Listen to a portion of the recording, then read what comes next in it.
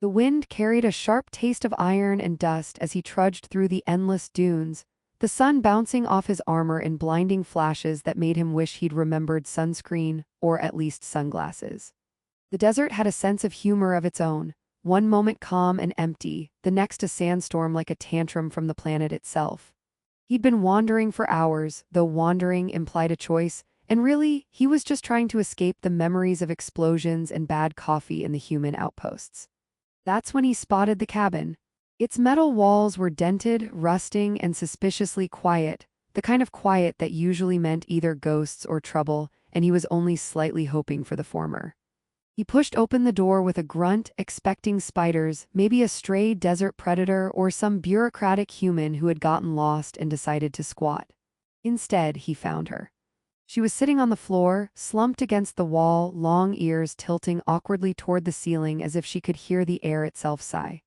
Her eyes, silver with a liquid shine, tracked his every movement with a mixture of curiosity and suspicion, and he realized immediately that she wasn't human. Not exactly. Her skin shimmered faintly in the light like moonlight caught in a puddle, and even in her paralyzed state, there was a grace to her form that made him feel both cautious and slightly embarrassed for all the times he had flexed in front of mirrors.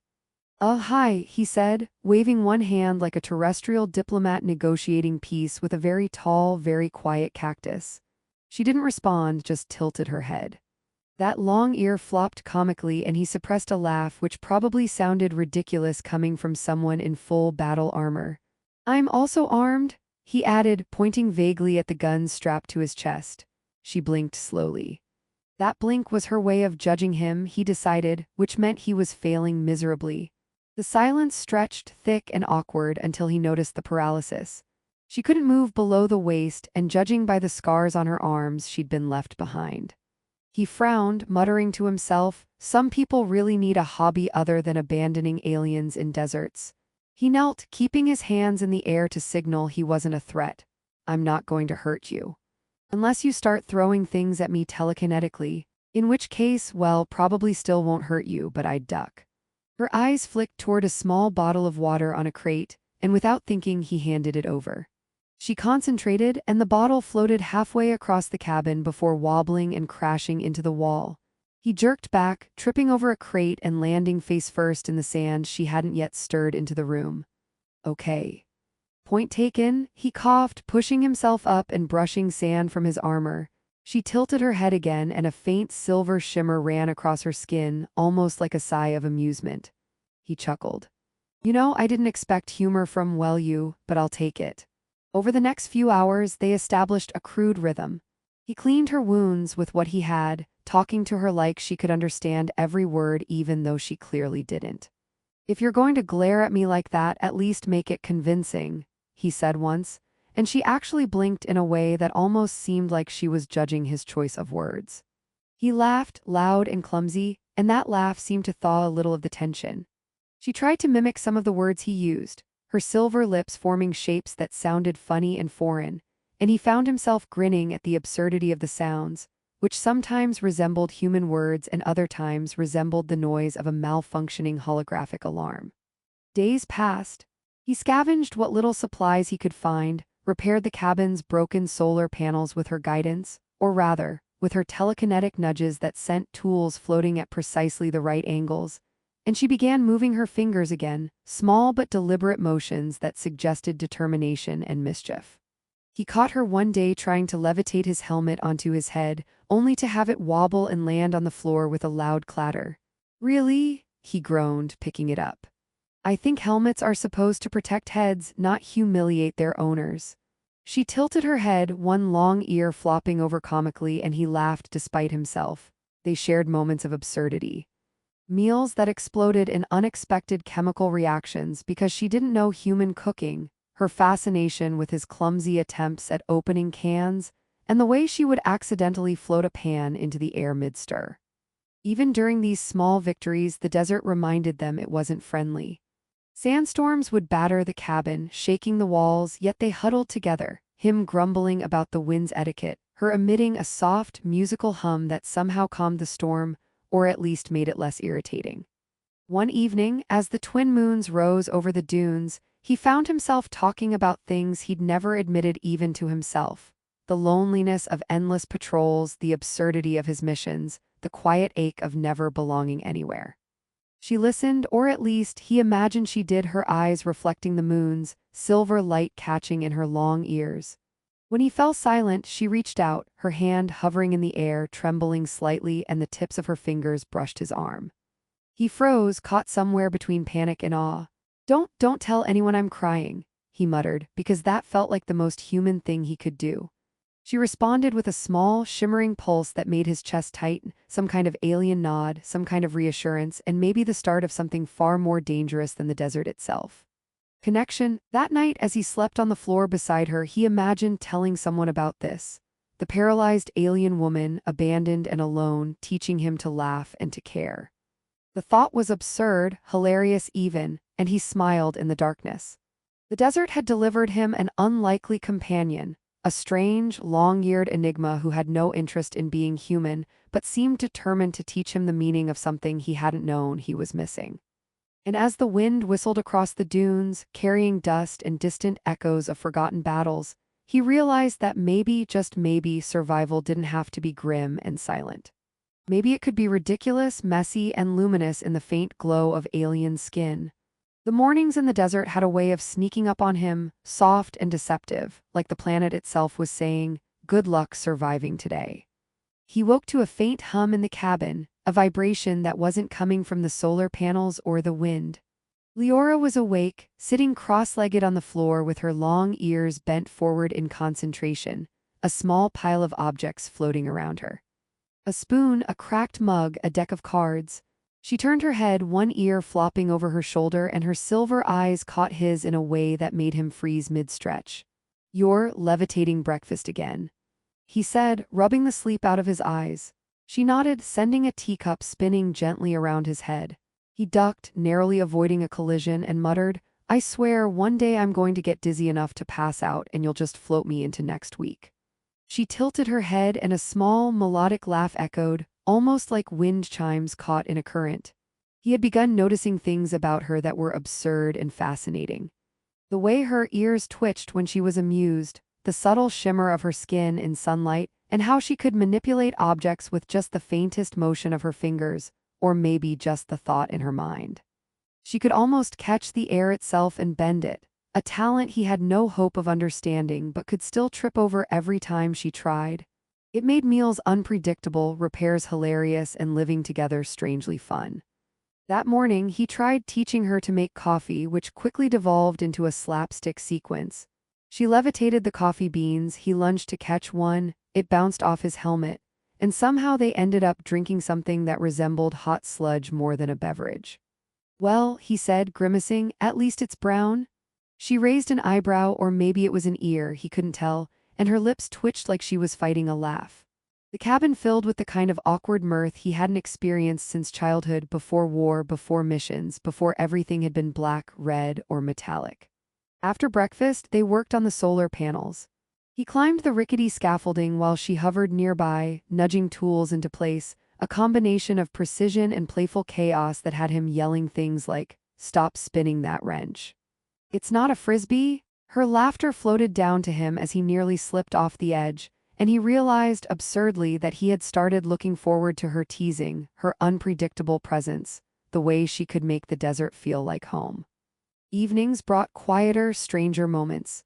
He would talk about the human worlds he'd left behind, the monotony of military life, the endless bureaucracy, the boredom of being competent at violence but inept at companionship. She listened, or seemed to, her silver eyes reflecting starlight as she floated her hand over his arm, tracing patterns invisible to anyone else. He joked about how she might be rearranging his nerves for fun, and she actually laughed at the thought. Sometimes, when she mimicked human words, her accent was so alien and warped that he couldn't help but roll on the floor laughing, clutching his sides as she tried again and again, determined and utterly unbothered by failure. It was during one of these evenings that he realized the depth of her abilities. She could lift not only objects but subtly influence the temperature of the cabin, the flow of air, even the hum of the solar panels. Once, a sandstorm blew in, shaking the cabin walls, and he swore he saw her hands direct the wind just enough to prevent the panels from tearing off. He called it accidental engineering, and she tilted her head as if considering a very human joke. Their relationship settled into a rhythm. Survival punctuated with laughter, alien powers meeting human stubbornness, and both discovering unexpected companionship. He showed her human oddities like instant noodles, which she found both hilarious and disgusting, and she showed him alien ways of thinking, like sensing the smallest vibration in the ground, detecting life, and manipulating objects with barely a gesture. One day, while he was repairing a cracked water container, she levitated it over his head and spun it around like a carnival ride. He ducked and yelled, "I did not sign up for acrobatics today." She beamed at him, and for the first time he realized that he didn't mind the chaos. It made her presence alive, tangible, and impossible to ignore. He began to teach her how to walk again, slowly, painfully, humorously. Her first attempts were awkward, her balance off, her long ears flopping and sometimes knocking over tools. He caught her a dozen times, grumbling each time, but also laughing, and she laughed too, a strange musical sound that made the desert wines pause. They fell into a pattern of trial and error, of falling, floating, and rising again, her determination almost infuriating in its brilliance. And somewhere in the midst of it, he found himself thinking about her constantly, noticing the shape of her hands, the way her ears quivered when she was happy, and how even in frustration she had a sort of elegance that made him stumble over words he didn't usually waste on anyone. They explored the desert together in small steps.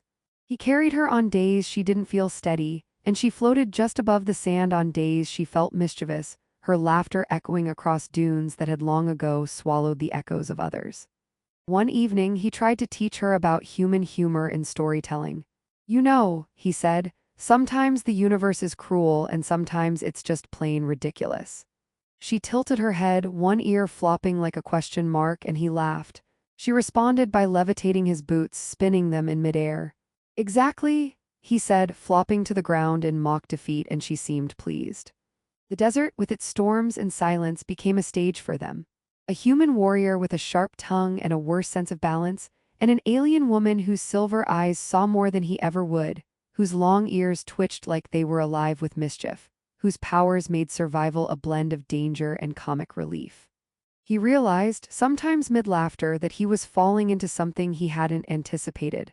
Not love, not yet, but a bond so intimate, so unexpectedly human and alien at once, that he began to imagine life beyond the dunes. And the nights were the strangest of all. He would lie beside her, tired from days of teaching her to walk, to cook, to manipulate the small objects that made life livable, and she would reach out, her glowing fingers brushing against his arm. He didn't speak, she didn't speak. And in the silence between the humming panels and the whispering desert wind, he felt the first stirrings of a thought he would never have admitted in the light. That being abandoned once, surviving alone, might have been necessary just to find her, to be worthy of the chaos, the laughter, the beauty of her alien existence. The desert had a different rhythm that morning, almost as if it sensed something was coming. He woke to a vibration in the cabin, low and constant, like the distant heartbeat of the planet itself. Leora's long ears twitched in unison, her silver eyes alert, tracking the distant dunes where faint shadows flickered like mirages. He rubbed his neck, grimacing. "Let me guess, friendly visitors?" She gave him a look that could only mean yes, but fun is optional. By midday, the sky was streaked with unfamiliar colors, ships, sleek and dark, cutting through the clouds with alien precision. Her people had arrived, the ones who had abandoned her in the desert without a second thought, and their fleet cast shadows that made even the wind hold its breath. The warrior crouched by the cabin, watching her reaction. Leora's silver eyes glimmered with a mixture of anxiety and amusement, the kind that suggested she was already planning a joke the enemy wouldn't appreciate.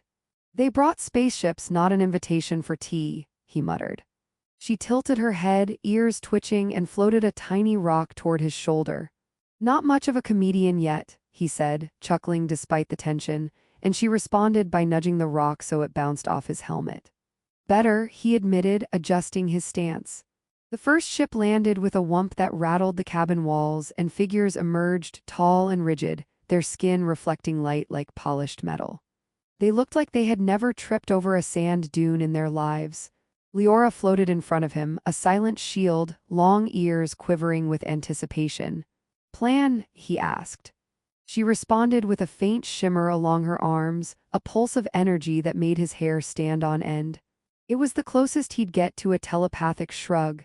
The enemy advanced, but Leora had other plans. She began to manipulate the environment with subtle, precise movements. Rocks levitated to create barricades, sand shifted to trip pursuers, and panels from the cabin detached and hovered like drones, confusing the intruders.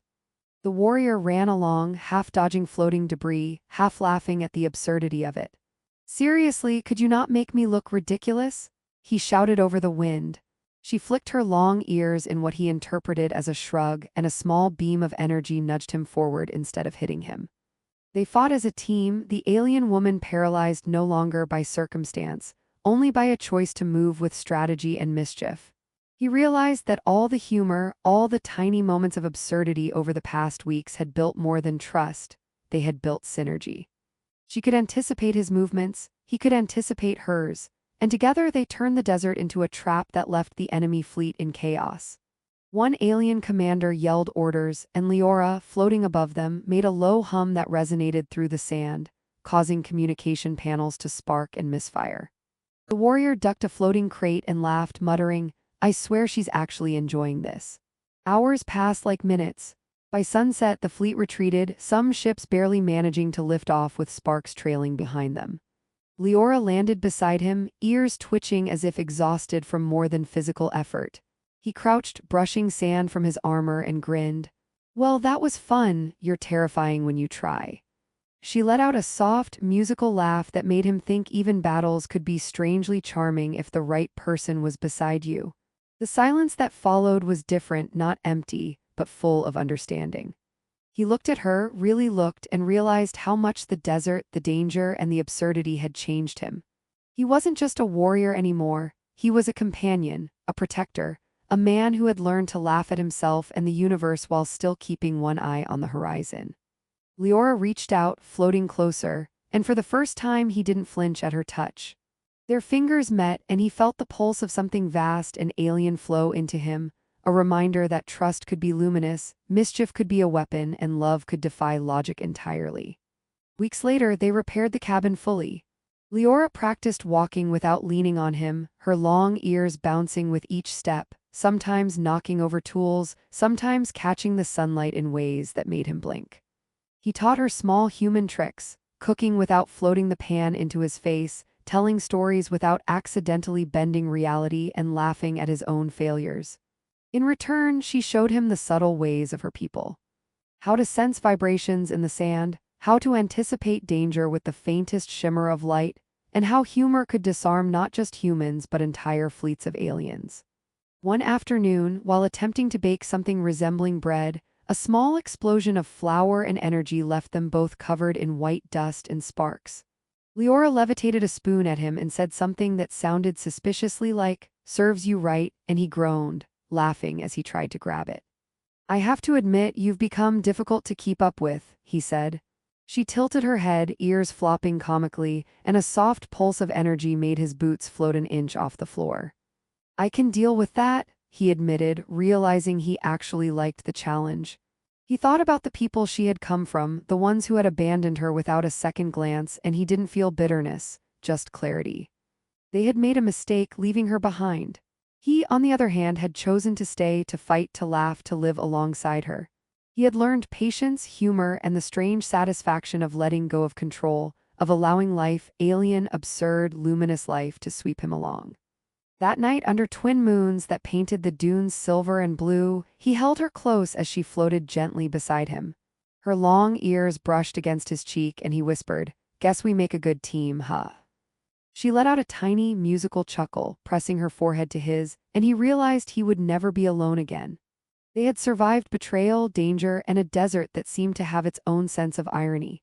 But more importantly, they had survived each other, learning to trust, to laugh, and to love across the divide of species, circumstance, and history. By the next morning, the cabin was alive with movement. Leora practiced walking, leapt over low obstacles with a mischievous grin, and occasionally levitated the warrior just enough to make him stumble, causing laughter to echo across the dunes. They were partners now, not by necessity but by choice, a human and an alien learning to live, fight, and laugh together. The desert remained